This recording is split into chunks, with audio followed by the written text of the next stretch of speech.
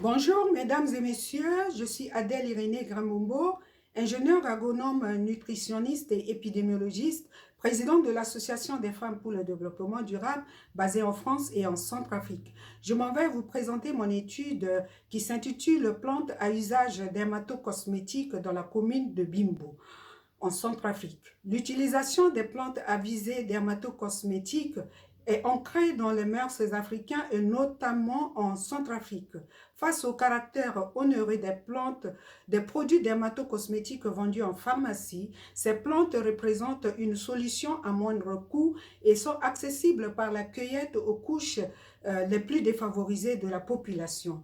L'objectif de cette étude est de recenser les plantes à usage dermatocosmétique et les modes d'utilisation qui les entourent.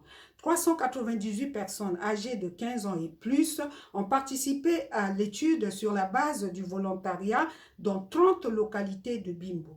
Les données ont été collectées sur la base d'un questionnaire réalisé sur Kobo Toolbox et analysé par les logiciels R et Excel.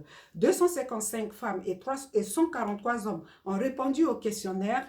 La classe d'âge de 26 à 35 ans est majoritairement représentée, soit 36%. Environ 65% des personnes interrogées sont célibataires.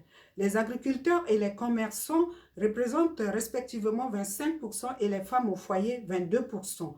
49 plantes ont été recensées et réparties en 39 genres et en 23 familles. Les familles des astéracées, des rubiacées, des rutacées et des fabacées sont majoritairement représentées respectivement à 23, à 16, à 11 et 9%. Les feuilles sont les parties des plantes les plus utilisées, soit 63,8%, et la décoction est le mode de préparation dominant, soit 35%. Les problèmes dermatocosmétiques traités sont nombreux et variés. 40% des plantes sont utilisées pour traiter l'acné et la mycose, 20% pour l'érythème fessier du nourrisson et 18% pour l'eczématide.